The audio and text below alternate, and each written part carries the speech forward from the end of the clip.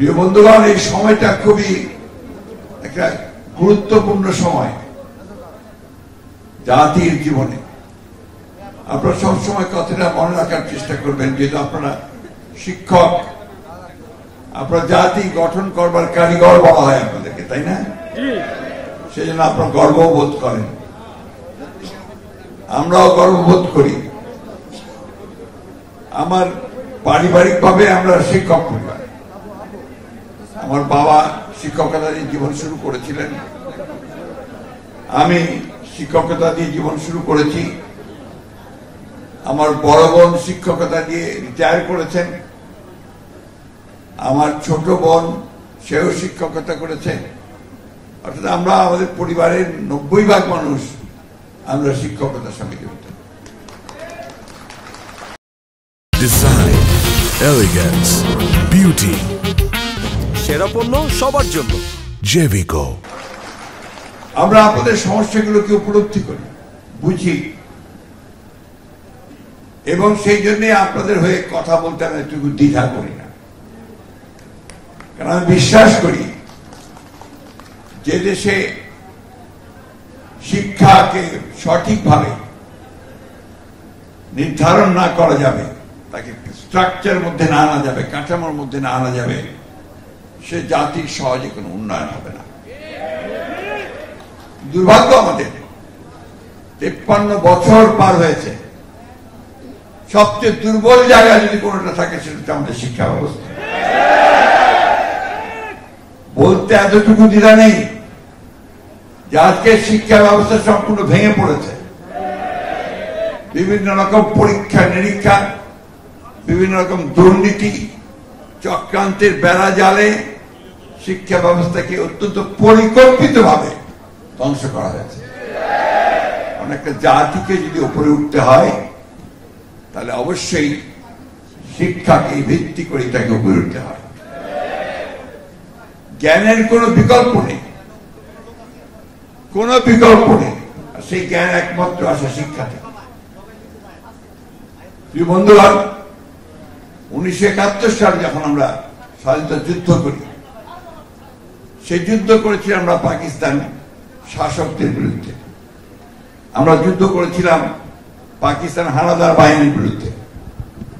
তারা আমাদের বাংলাদেশে নিরীহ মানুষদের উপর অত্যাচার করেছিল, তারা গণহত্যা করেছিল। 25শে মার্চ রাত্রে গুলি করে তারা হাজার হাজার লক্ষ মানুষকে হত্যা করেছিল, গ্রামের পর গ্রাম জ্বালিয়ে দিয়েছিল।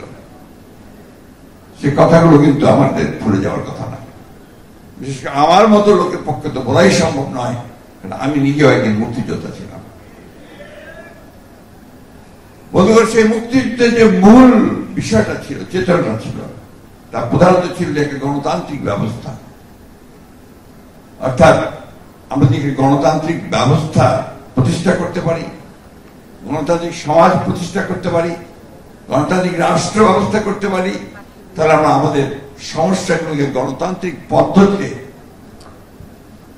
দ্রুত সামনের দিকে নিয়ে এসে সমাধান করতে পারব। কিন্তু দুর্ভাগ্য আমাদের যে আমরা সেই গণতন্ত্রকে বারবার ধ্বংস করেছি। যে দলটি কিছুদিন আগে দাবি করেছে যে তারা গণতন্ত্রের সবচেয়ে বড় পুরোধা, তাদের কারণেই দেশে স্বাধীনতা এসেছিল 1971 সালে, তাদের কারণেই দেশে গণতন্ত্র এসেছে, তারা গণতন্ত্রের কথা বলত। সেই দলটির কারণেই 2 বার এই গণতন্ত্র নিহত হয়েছে। একবার হয়েছে 1975 সালে স্বাধীনতার পরে, আরেকবার হয়েছে 2012 সালের পরে, যখন কেয়ারটেকার গভর্নমেন্টকে ধ্বংস করা হবে। তারপর থেকেই পরিকল্পিতভাবে এই দেশে যেন গণতন্ত্র বিকশিত হতে না পারে, গণতন্ত্র যেন চর্চা না হতে পারে, জনগণের শাসন যেন না থাকে, মানুষ যেন তার অধিকার প্রয়োগ করতে না পারে, মৌলিক অধিকারগুলো যেন ভোগ করতে না পারে, সেই বিষয়গুলোতে তারা নিশ্চিত করার চেষ্টা করেছে। আপনারা দেখেছেন বৈষম্যের পাহাড় গড়ে তুলেছে। একদিকে নিজেরা হাজার হাজার কোটি টাকা লুট করে দেশের বাইরে পাচার করেছে, অন্যদিকে আমাদের সাধারণ মানুষ তারা দুবেলা দুমুঠো খেতে পায় না। আমাদের শিক্ষকেরা তারা তাদের পরিবারকে সঠিকভাবে একটা ভালো কাপড় কিনে দিতে পারে, এই একটা অবস্থা তারা তৈরি করেছে। আল্লাহর কাছে হাজার শুকরিয়া যে এই দেশের ছাত্র জনতারা তারা 15-16 বছর ধরে লড়াই করে একটা ক্ষেত্র তৈরি করে তারপরে আল্লাহর অশেষ রহমতে এদেরকে সরে যেতে বাধ্য করেছে। বন্ধুগণ, আমি বক্তব্য দীর্ঘ করার জন্য আসিনি, আমি শুধু কয়েকটা কথা বলার জন্য এসেছি। সেই কথাটা হচ্ছে মূলত যে আপনাদের সমস্যাগুলো আমরা অবহিত, আপনাদের সমস্যাগুলো আমরা সমাধান করতে চাই। আমাদের যে দলের পক্ষ থেকে আমাদের যে 31 দফা রয়েছে, সেই 31 দফায় আমরা পরিষ্কার করে সমস্যার কথা বলেছি, সেই সমাধান করবার কথা বলেছি। আমরা নিজেই ভাবতে খুব অবাক লাগে যে বাংলাদেশের বাজেটে জিডিপির মাত্র 5% শিক্ষার জন্য দেওয়া হয়, মাত্র 5% জিডিপির জন্য দেওয়া হয়, জিডিপি থেকে শিক্ষার জন্য বরাদ্দ করা হয়। আজকে দাবি উঠেছে আপনাদের কাছ থেকে, আমি মনে করি অত্যন্ত ন্যায়সঙ্গত দাবি যে শিক্ষাকে জাতীয়করণ করতে হবে। জাতীয়করণ করলেই সমস্যার সমাধান হয়ে যাবে? হবে না।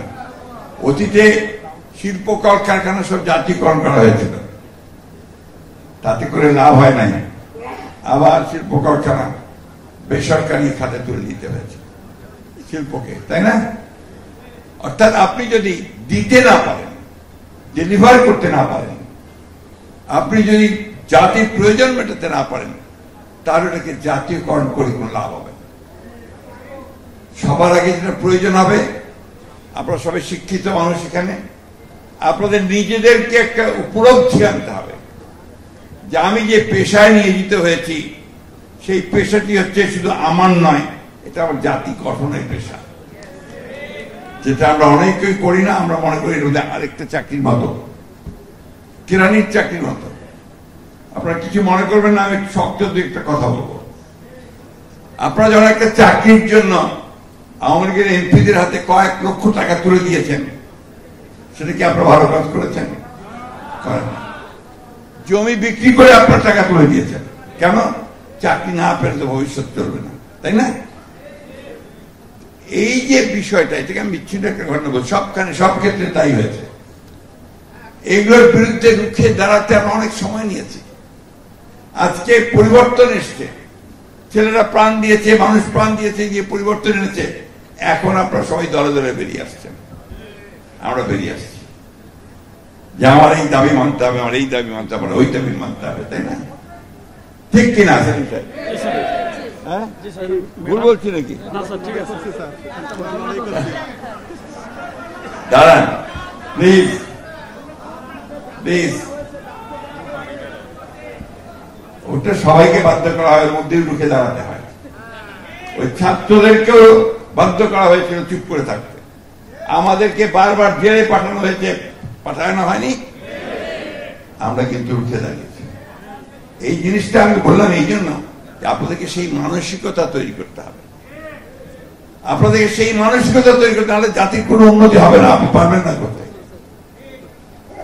এই পিস পিল করে সমাবেশ করলেন, বিরাট বিরাট সমাবেশ, সেলিম ভূঁইয়া সাহেবের নেতৃত্ব প্রতিষ্ঠিত হলো যে আপনার বিরাট আপনার সমাবেশ করেছে সেলিম ভূঁইয়া সাহেব, তাতে কি সমস্যার সমাধান হবে? হবে না। আপনারা জাতীয়করণ করলেন, সবাই সরকারি চাকরি বাকরি পেতে থাকলেন, আপনার কেউ হেডমাস্টারের চাকরি, কেউ আপনার চাকরি পেতে থাকলেন, তাতে কিন্তু সমস্যার সমাধান হবে না। দুর্ভাগ্য আমাদের ছেলেরা এখন যেভাবে লেখাপড়া শিখে পাশ করে, এসএসসি পাশ করে, এইচএসসি পাশ করে, গ্রাজুয়েশন পায়, একটা শুদ্ধ ভালো বাংলা লিখতে পারে না, বাক্য।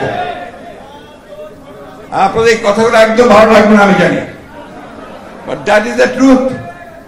সেটাই সত্য, সেটাই সত্য। আমার শিক্ষা ব্যবস্থা এমন জায়গায় চলে গেছে, যে জায়গাতে আমি যে প্রডিউস করছি, যে প্রোডাকশন হচ্ছে, এই থামেন, সেই শিক্ষা ব্যবস্থায় আমি কোনো মতেই আমার জাতির প্রয়োজন, উন্নয়নের প্রয়োজন, উপরে ওঠার জন্য প্রয়োজন যে শক্তিটা দরকার, হিউম্যান রিসোর্স দরকার, সেই রিসোর্স আমি তৈরি করতে পারছি, তাই না? কি ভুল বলছি নাকি? বন্ধুগণ, এই জায়গাটা ঠিক করার সময় একটা আসছে। এই সময়টাকে যদি আমরা কাজে লাগাতে পারি, পরিবর্তনের যে ধারণা এখন তৈরি হয়েছে মানুষের মধ্যে যে এখন একটা বোধ সৃষ্টি হচ্ছে এইবার বোধহয় পরিবর্তন হবে, ঠিক না? সেই পরিবর্তনটা যদি আমরা করতে না পারি তাহলে কিন্তু জাতি চরমভাবে হতাশ হবে, জাতি ব্যর্থ হবে। আজকে আমাদের এই সুযোগটা কাজে লাগাতে হবে। আমি জানি এটা খুব কঠিন পথ। আজকে নুরু সাহেবরা বারবার রাস্তায় মার খেয়েছেন, জেলে গেছেন, এমনকি এই বিদ্রোহের আগে পর্যন্ত ডিবিতে নিয়ে গিয়ে বেদম প্রহার করেছে এবং হাসিনা পালিয়ে যাওয়ার পরে জেল থেকে বেরোতে পেরেছেন। তার এই যে চেষ্টা, তার এই যে আত্মত্যাগ, তার মতো এতগুলো মানুষের যে আত্মত্যাগ, সেই সাইড থেকে শুরু করে ছোট্ট বাচ্চা মেয়ে রূপা থেকে শুরু করে যে জীবন দিল, প্রাণ দিল, তাদের প্রতি আমাদের একটা দায়িত্ব আছে তো নাকি? সেই দায়িত্বটা আমাদের কিন্তু পালন করতে হবে। আজকে সুযোগ এসেছে, আমি সেই কথাটাই বলতে এসেছি আজকে এখানে। এই সুযোগটা কাজে লাগান। আমরা যেন হাওয়ার মধ্যে না উঠতে থাকি যে আমরা ক্ষমতায় এসে গেছি। আসেননি। যতক্ষণ পর্যন্ত না সেই মানুষের পক্ষের শক্তিকে আপনারা কাজে লাগাতে পারছেন, যতক্ষণ পর্যন্ত না কাঠামো পরিবর্তন করতে পারছেন, যতক্ষণ পর্যন্ত এই ব্যবস্থাটাকে পরিবর্তন করে দিতে পারছেন, ততক্ষণ পর্যন্ত আপনাদের কোনো লাভ হবে না, আমাদের লাভ হবে না। আমার অনেক বয়স হয়েছে, দীর্ঘ অভিজ্ঞতা আমার। আমি আপনাদেরকে আজকে এই কথাটুকু বলতে চাই যে আসুন আমরা সবাই একবার অন্তত নিজেদের ছোট ছোট স্বার্থগুলো ভুলে গিয়ে আমরা সবাই দেশের কথা, মানুষের কথা চিন্তা করে ঐক্যবদ্ধ হয়ে এগিয়ে যাই। আরেকটা কথা বলবো, কিছু মনে করবেন না।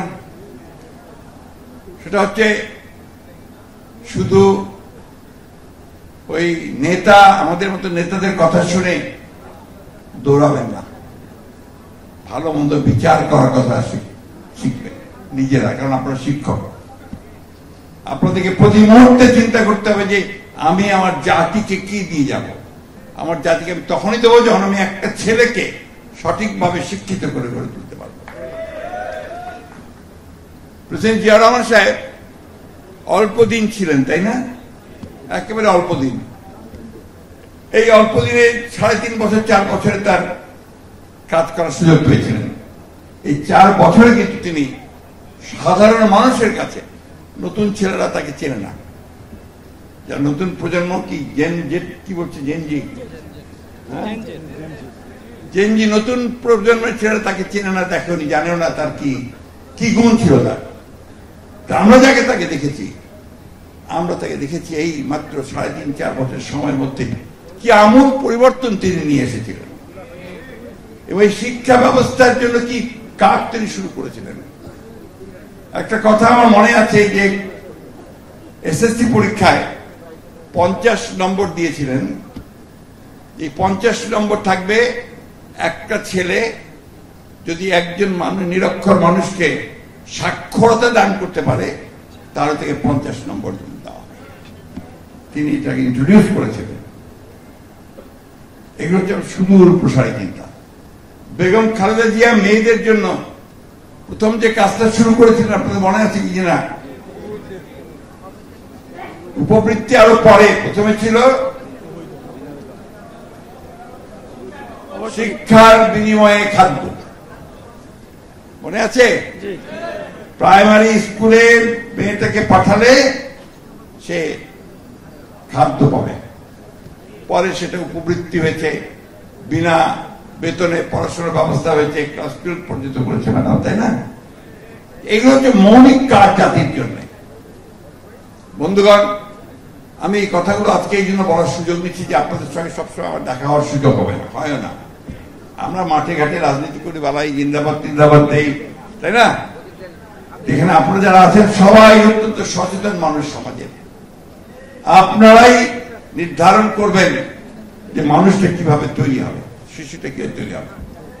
আমি আমার ছোটবেলা আমার যারা শিক্ষক ছিলেন তাদেরকে আমি এখনো ভুলতে পারি না।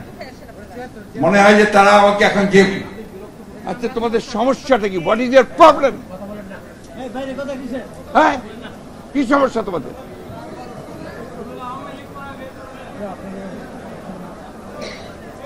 এখন আপনারা চিন্তা করেন যে আজকে কি বলছিলাম জানো,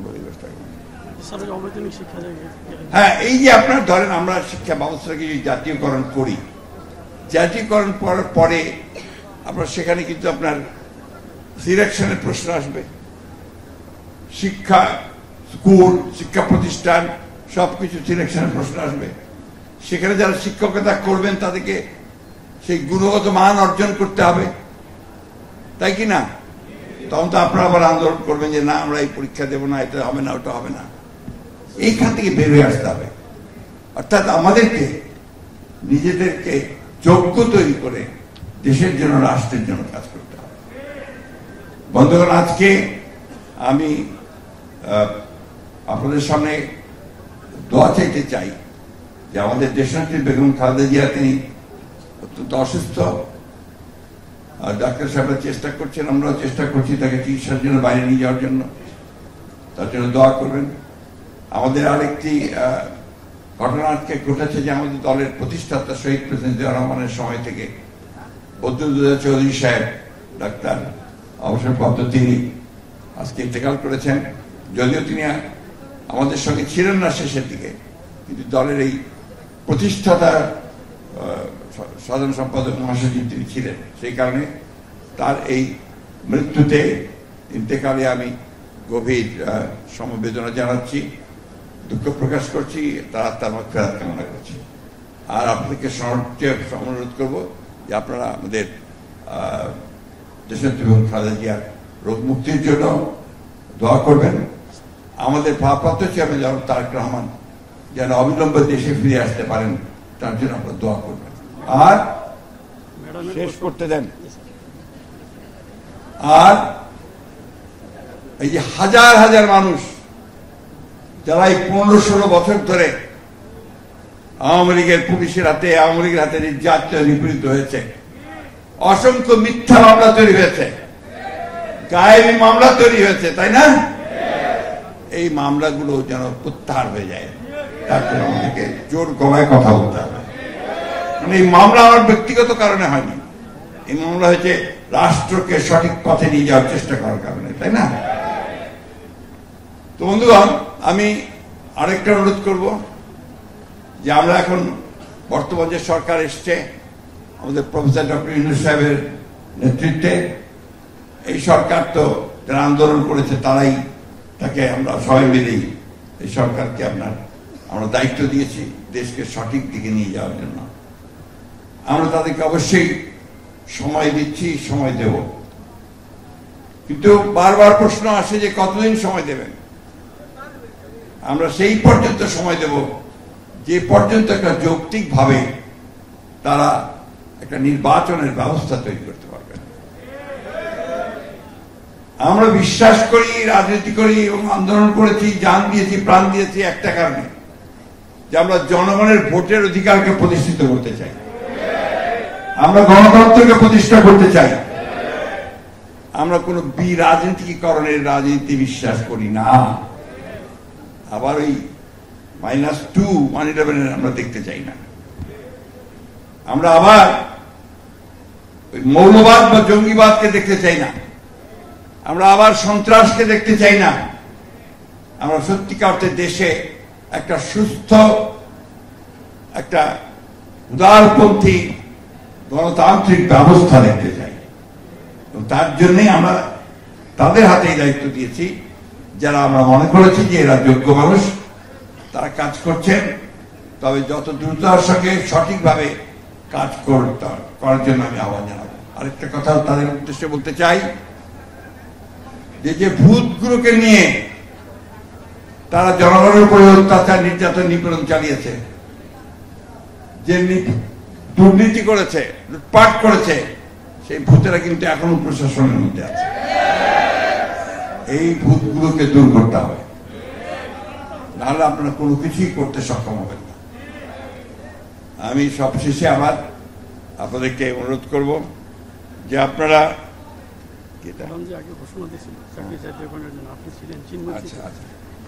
আমরা ইনশাআল্লাহ কখনোই ব্যর্থ হইনি।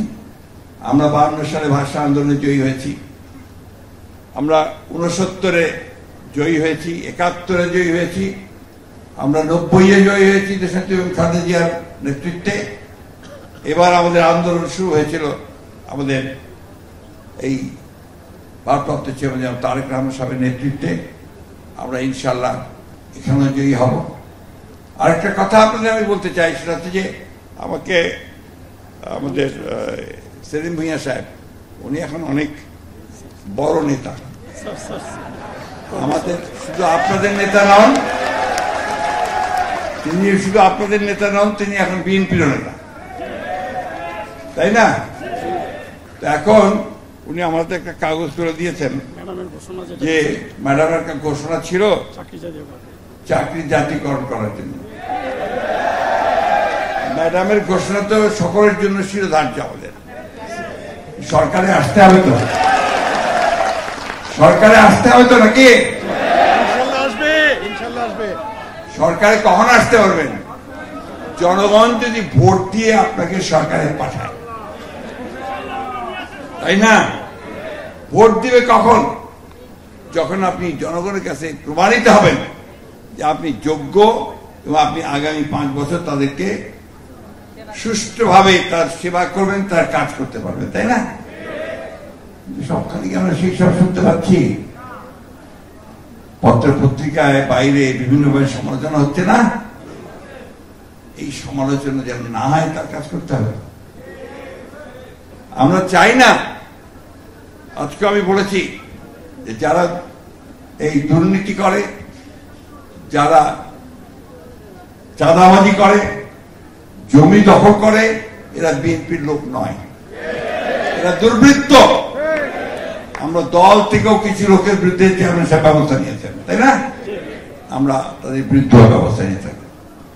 আর একটা কথা বলি ভাই, এটা একদম আমার নিজের কথা, দলের কথা না।